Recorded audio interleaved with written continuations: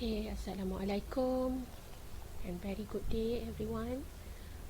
Okay, so welcome to the next chapter, chapter 2, overview of the transaction processing and enterprise resource planning system, ERP system. Okay, I hope you already go through the chapter 1. Okay, so it is actually continuous also from the chapter 1. So in the chapter 1 you know what is the data, what is the information, what is the function of AIS, okay, how the organizations make decisions, and then also the key decisions in the each of their business process, okay, and then when from the key decision they will know what are the information needed. Okay, so in this chapter 2 we're going to go into detail how the data being processed to get the information, okay, that we call it as the transaction processing. So we have 3 learning objectives here.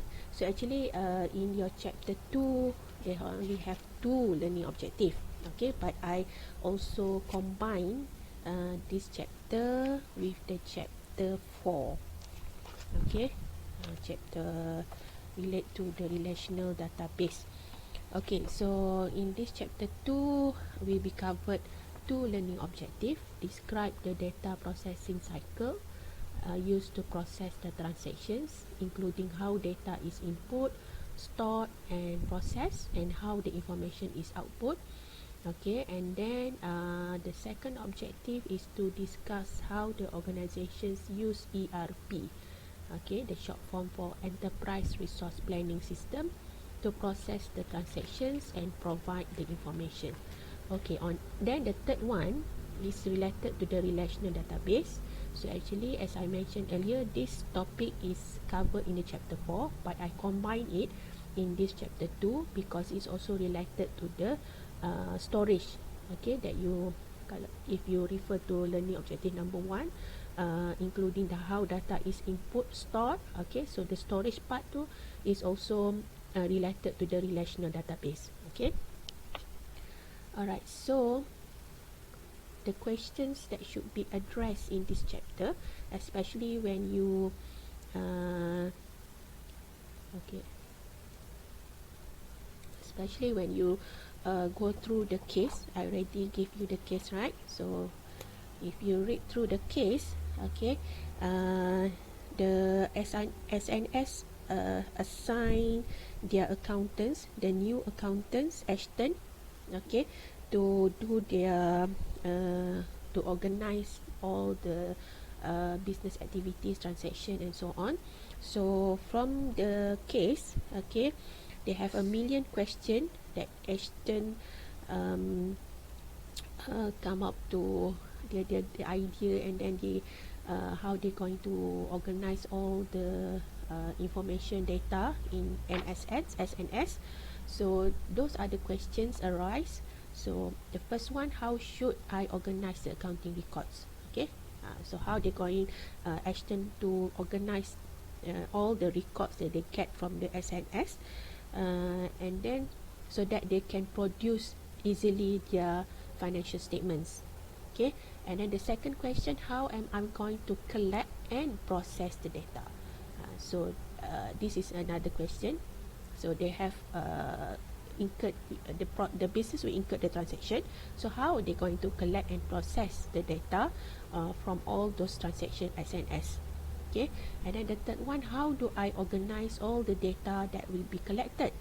Okay, so how they're going to organize the data, and then how should I design the AIS so that the information provided is reliable and accurate?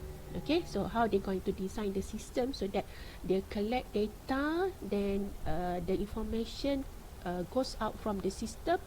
They want to ensure the information is reliable and accurate.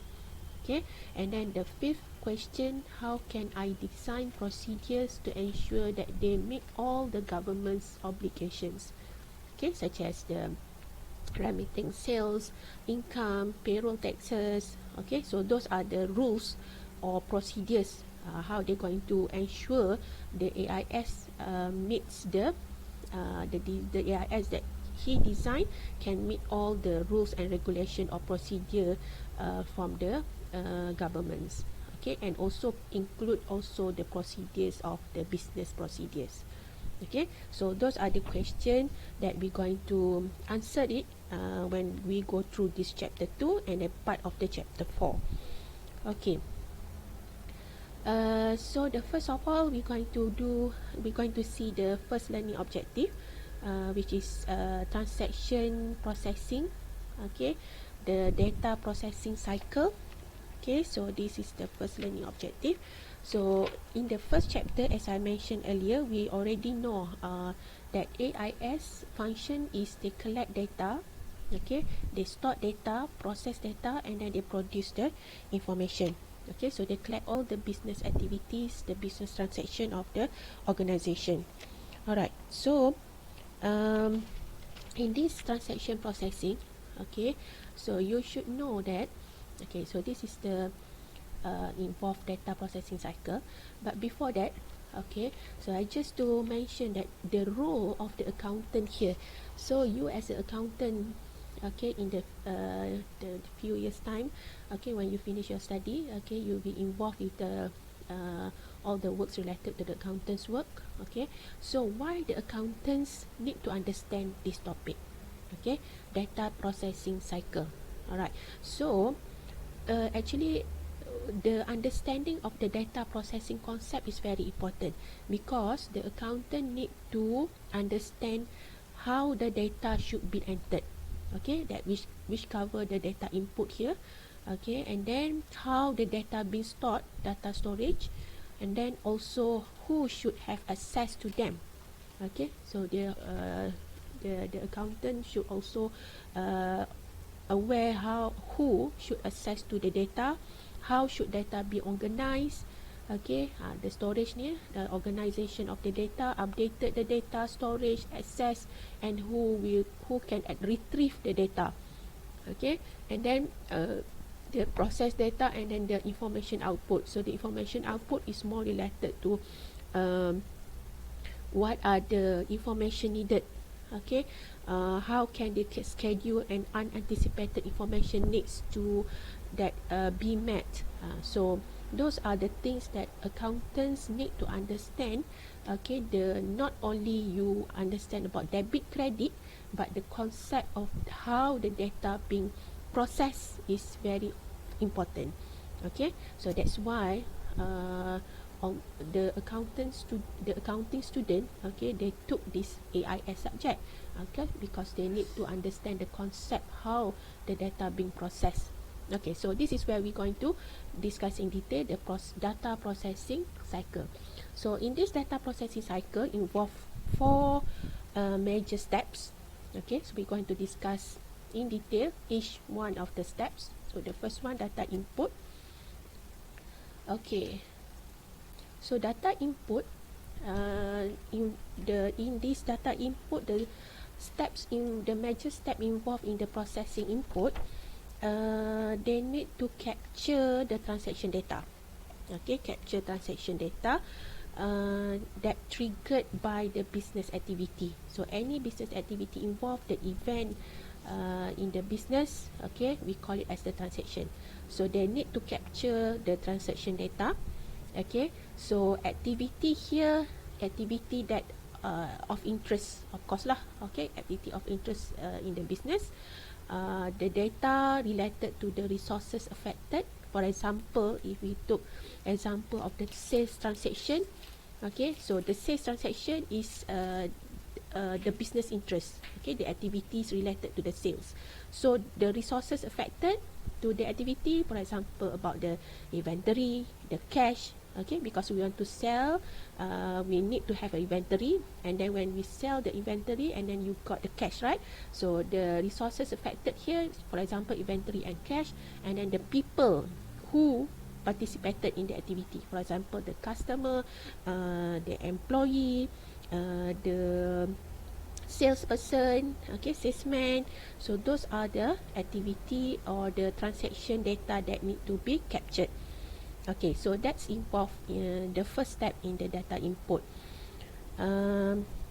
And then how they going to capture data. Okay, then this is that we relate to the source document. Okay, sorry. Okay, source document. Sibuklah muka I ni. Okay, source document. So this is used to capture data and support the validity of the business activity. So the important here, they use the source document. Okay, most of the business they use the source document to collect data about the business activity. So the source document, it can be hard copy. Okay, sometimes also now they also have a soft copy whereby they use the screen capture as their source document. Okay, so as they mentioned in the screen, the paper source document. Okay, and then and also turnaround documents. Okay, so turnaround document is the documents that used by the company. Okay, they produce the document, they send to the external party. Okay, and then that external party will return back the document to the system as input. Okay, for example, the most common example that you can easily understand about the turnaround document is the utility bills. For example, you got the electrical bill from TNB. Okay, if you notice, they have bill yang panjang tu kan. Okay, and then at the bottom tu you can see the dotted line, and then they can scrap you can potong dekat dotted line tu. Okay, and then you give back the documents to the TNB. Okay, and then the TNB will use that as a input. Okay, as their input, and then you notice the information already printed on the bill. So this is where they use the turnaround document so that they can reduce the input error. Sebab dia dah ada pre-printed data, especially you don't have to the company don't have to key in back the name of the customer, for example, the total bill and so on. So they already printed, and sometimes also the turnaround document they already print the barcode. Okay, so they just capture using the barcode scanner. Okay, so that's the another way that they can capture data. They use the turnaround document. And then the other way also, they can use source data automation. Okay, source data automation. So source data automation, this is where they use device to capture the transaction, capture data from machines. Okay, for example, they use the machine readable form, the time and place of their origin. For example, point of sale scanner at the grocery store. Okay, you go to Giant, you go to Aeon. Okay, you can, when at the point of sale, they use the barcode scanner. Okay, so that one we call it as the source data automation. So the data the machine will be automatically capture the data using the device. Okay, and then other example, you can go to page 59. They also here now we have the, as we discussed in the chapter 1, SBRL. Okay, SBRL that related to the financial statement. Okay, so this SBRL also have a source data automation, so they can capture the financial data is already encoded and machine readable. Okay, so they easily can analyze the data from the SBRL report. Okay, and then if you refer table 2.1, okay, so those are the common business activities and the source document. Okay, so this is also important for the business. Okay, and also you later on you're going to discuss detail in the cycles. Okay, in the business cycle, whereby the source document is part of the control. Okay, because the source document is being used as the validity of the business activity to make sure the business are formal, they have a formal transaction, so they must be documented. Okay, to make sure the validity of the business activities. So you can see the common activities. For example, when they want to take customer order, they use the source document says order. Okay, so and then if you want to request or order items, okay, if in the expenditure cycle we want to order items, they use the purchase order. So those are the example of the source document for each of the activities involved in the business, okay, in the business activities. Okay, then the next one, the things that they have to make sure also in the processing input, they have to make sure the capture data are accurate and complete. Okay, so this is the one related also on the input control. So when they want to capture data, the data must be accurate and complete. They have to ensure that one. So one of the way they use to make sure this accuracy and completeness, they can use the source data automation, as we discussed earlier, when you use the scanner, okay, automatic device. So it's more accurate lah, okay, because they do not involve the human, so we can reduce the human error. And then must have the well-designed turnaround documents or well-designed source document. So well-designed meaning the data can be read, apa ni, dia punya design tu can be easily being captured, okay, or maybe kalau documents, okay, normally we design the document read from top to bottom, right to left, okay, and then the flow of the information is step by step flow, okay, so bila orang nak isi form tu mudah, tak ada nak mengurangkan kesilapan ataupun human error kat situ. So they must well design the document, and then also well design the data entry screen. So this is the same as the source document jugalah. And then the other control is they use pre-numbered document. Okay, pre-numbered document. Okay, you know what is the pre-numbered document? So if you notice, when you have you got bill or any receipt, you notice at the top right tu ada number. So the number is already printed, pre-numbering documents. Okay, so when they use the pre-numbered document, they can ensure, meaning the system, especially the system, kalau dia ada system, the system tu will automatically assign that sequential number to each new transaction or to new documents. So the pre-number that will verify that all transactions have been recorded, okay, and that none of the documents have been misplaced. So itu tujuan dia kenapa ada pre-numbered document. So if they have missing number, so they have to check whether the documents tu missing ataupun there ada something fraud happen during the processing of the input. So they have to do the investigation. So they will know, okay, that the data are complete, especially. Alright. And then the next is to make sure the company policies are being followed. Okay, so they follow all the policy and also procedure of the company, and also the external obligation, that external from apa ni policy.